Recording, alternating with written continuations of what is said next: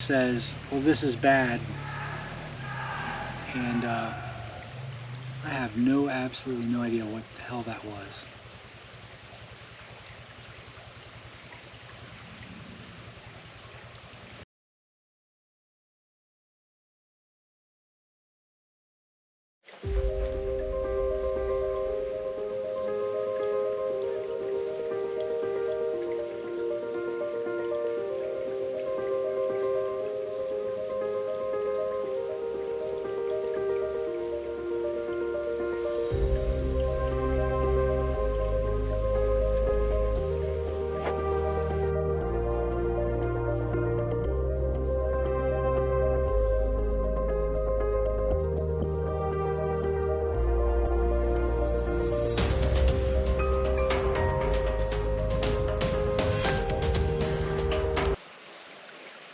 Good afternoon. So I wanted to take this minute to welcome you to my page. If you're a new subscriber, I really appreciate that. I woke up this morning and I had like 100 something subscribers, and I was like, where in the world did this come from? And then I noticed on YouTube that Bjorn had shown the things that I'd sent him, the tomahawk that I'd made him, which that took me quite a while to do. Also the flint knife, or the obsidian knife. And I had a question on one of my comments asking where they could buy a tomahawk like that. I actually made that one. I don't make them to sell them. I feel like that sort of takes away from the importance of them, the importance to me of making them. Not to downgrade anybody or say anything bad about people who make things to sell. I mean, of course not. That's a good thing that people do that. But for me, I personally, I don't make those to sell. I just make them to give away as gifts because they mean a lot to me.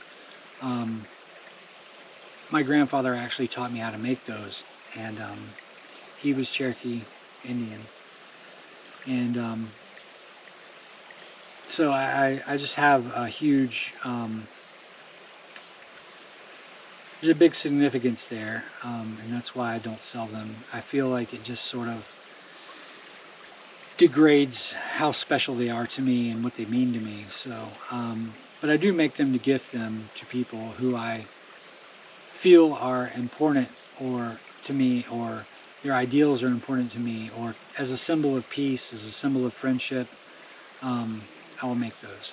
So for Bjorn, I made his because it's a symbol of kinship between two different lands that have the same viewpoint, and I feel like it's important to give those offerings of peace and kinship, and that's why I sent him that one. So, but I really do appreciate all you guys subscribing and all the likes, all the comments. They seriously mean a lot to me, and I'm going to try to get to those likes later on tonight or tomorrow. Sorry, the comments, and answer some of those. Today I'm just out in the woods, and there's a lot of old trees. I tried to film some of them on the way out here to show you guys, and I found some wildcat prints, which was like, okay, this is pretty cool, but where is this guy at? He's around here somewhere. Could be watching me now, you never know. Pretty spooky. But there's also a lot of deer out here in this area. I've seen tons of deer tracks. So he's probably looking for a meal somewhere out here. But today I just wanted to talk about where our society is going in whole, and the government in whole, as the U.S. government. I'm not sure about other governments right now, but the U.S. government, it's like bordering on tyrannical. It's bordering on that authoritarian, totalitarian state where we're seeing a lot of propaganda, whether it be on social media, on the news, And how do we tell if those are false? How do we tell if those are true? Well, one way to do that is to look into those things and to try and differentiate whether it's true or false. And you need to do studying. You can do that on Google, which I wouldn't put too much faith in Wikipedia, but Google, you can find scientific articles, medical journals, things like that. As far as the COVID-19 thing goes, as far as the jab goes, you can find studies on that stuff. And I think it's really important to look into those things and not be caught up in the social media and media racket where all the propaganda is forced down your throat and they're telling you one thing and it's completely not true, or it's just a shade of truth mixed in with a bunch of falsehoods. So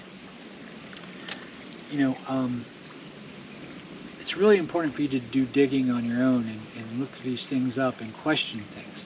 It's always good to question things. Never trust your government. My native ancestors can tell you, you really shouldn't trust the government. Everyone thinks, not everyone, sorry. There are many people who trust the government so much, and it's no matter, what they say, they're 100% in believing these things. And I think that's really sad, because the people who do that aren't really individual thinkers. They don't really think for themselves. They let influence think for them.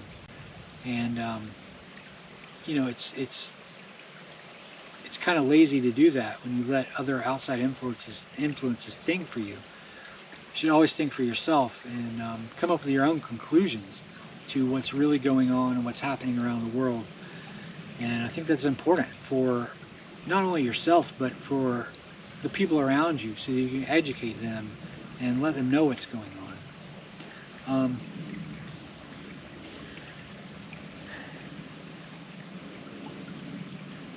You have to have self-reliance in one of those situations. You have to think for yourself. You cannot rely on society to think for you, because if you do, then we're all in danger. I had written something the other day at work, and I thought it sounded pretty smart. It might not, but to you guys, but to me, I was like, wow, I can't believe I actually came up with that. But I'll read it to you now. And when people's decisions are made based on fear and rhetoric rather than logic, social confusion and doom remain the outcome. And I think that people make a lot of rash decisions, and the reason why I wrote that is because I think that people make a lot of rash decisions based on fear and rhetoric, and what they hear out in the world, and not so much from their internal thoughts and the information that they gather themselves.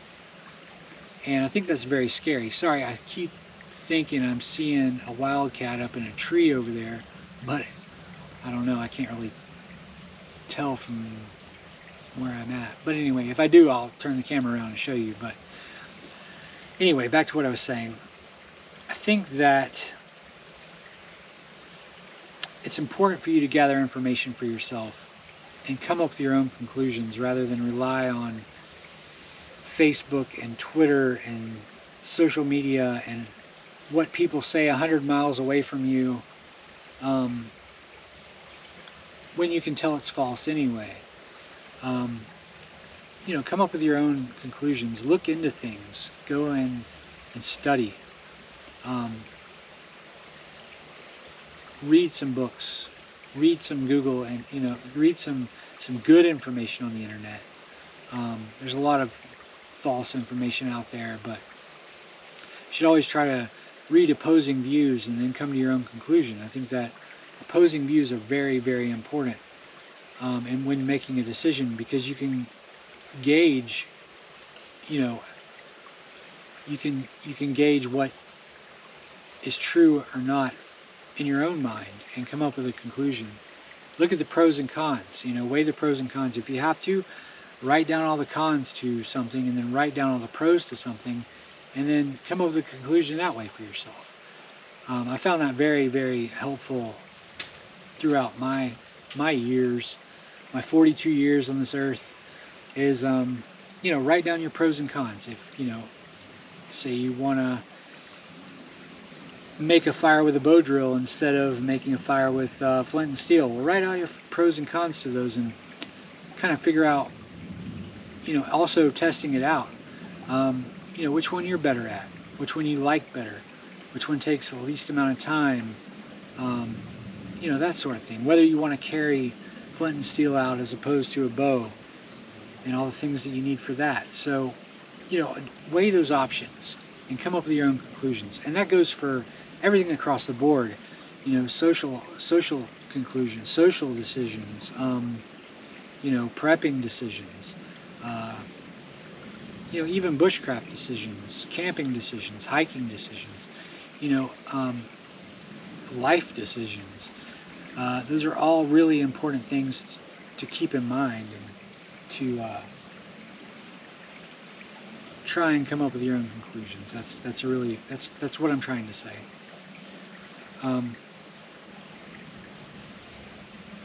Don't just follow what everybody else is doing,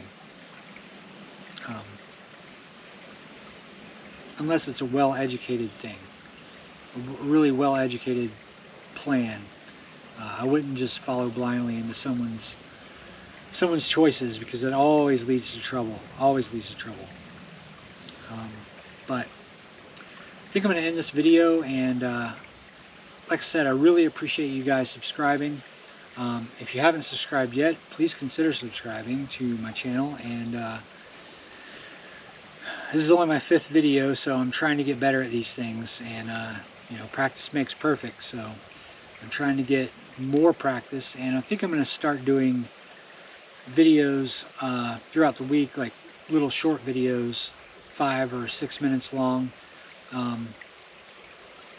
maybe 1 or 2 per week during the week, and then on the weekends try to do a longer video, because that's when I can actually really get out and do things. The tarp is coming along really well. I know some people asked about the tarp, including my son, who's like, when are we going to test this thing out, Dad? So the tarp's coming along really well. It's not completely dry yet. It's got probably about another week to dry, so hopefully the weather will stay hot and not humid, and let that thing dry out so we can get it out here and tested in nature, and see how it does. Test the waterproofing and all that. I really am interested to see how waterproof this thing is, or water resistant anyway. It's not going to be waterproof, but I'm really interested to see that. So that'll be done in a few days, or about a week or so, and then we'll take it out, set it up, test it out, see what you guys think, give me some of your conclusions, some of your input. If you have any, I would really like to hear it. And I might actually take the time to, in a future video, teach you guys or show you guys how to make a tomahawk for yourself. I think that knowledge is more important than the actual gift itself. So, back to that, I'll backtrack for a minute, go back to the tomahawk. But I can show you how to make one of those, and I think that would do a lot of honor to my grandfather and his, and his ancestors, my ancestors. If I showed you guys that, I think that would be really cool to do. So, okay, thank you guys for joining me today, and tuning in, and I really appreciate all the subscriptions and all the comments and likes. Thank you so much. It really means a lot to me. Also, Bjorn, Andreas Bullhansen, thank you so much for giving me the shout out. And I woke up this morning and I had, like I said, like 100 and something subscribers, and it blew my mind. So I really, really appreciate that. you know, again, I think about doing the, you know, showing you guys how to make a tomahawk in the future, and see where we can go from there. So have a good day, and get out there and enjoy the wilderness, and go and find some wildcats. Okay, maybe not, but enjoy wilderness, and we'll see you guys next time.